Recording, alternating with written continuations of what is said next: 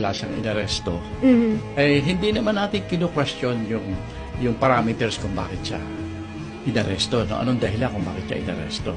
Hukuman na ang hahatol dyan kung mali, tama, o kaya guilty ba siya o hindi. Nasa hukuman yan. Pero ako, bilang naging isang dating opisyal ng ating security, medyo hindi naman yata polite yung pagkakahali. Yung paraan ng pagkakaresto kay President Duterte. Kung ayaw mong igalang yung tao, igalang mo yung posisyon. Dati siya Pangulo eh. Kami, may karanasan kami dahil panahon ko nung inaresto natin si President. Si President Erap. President Erap. Oo nga pala, si Erap.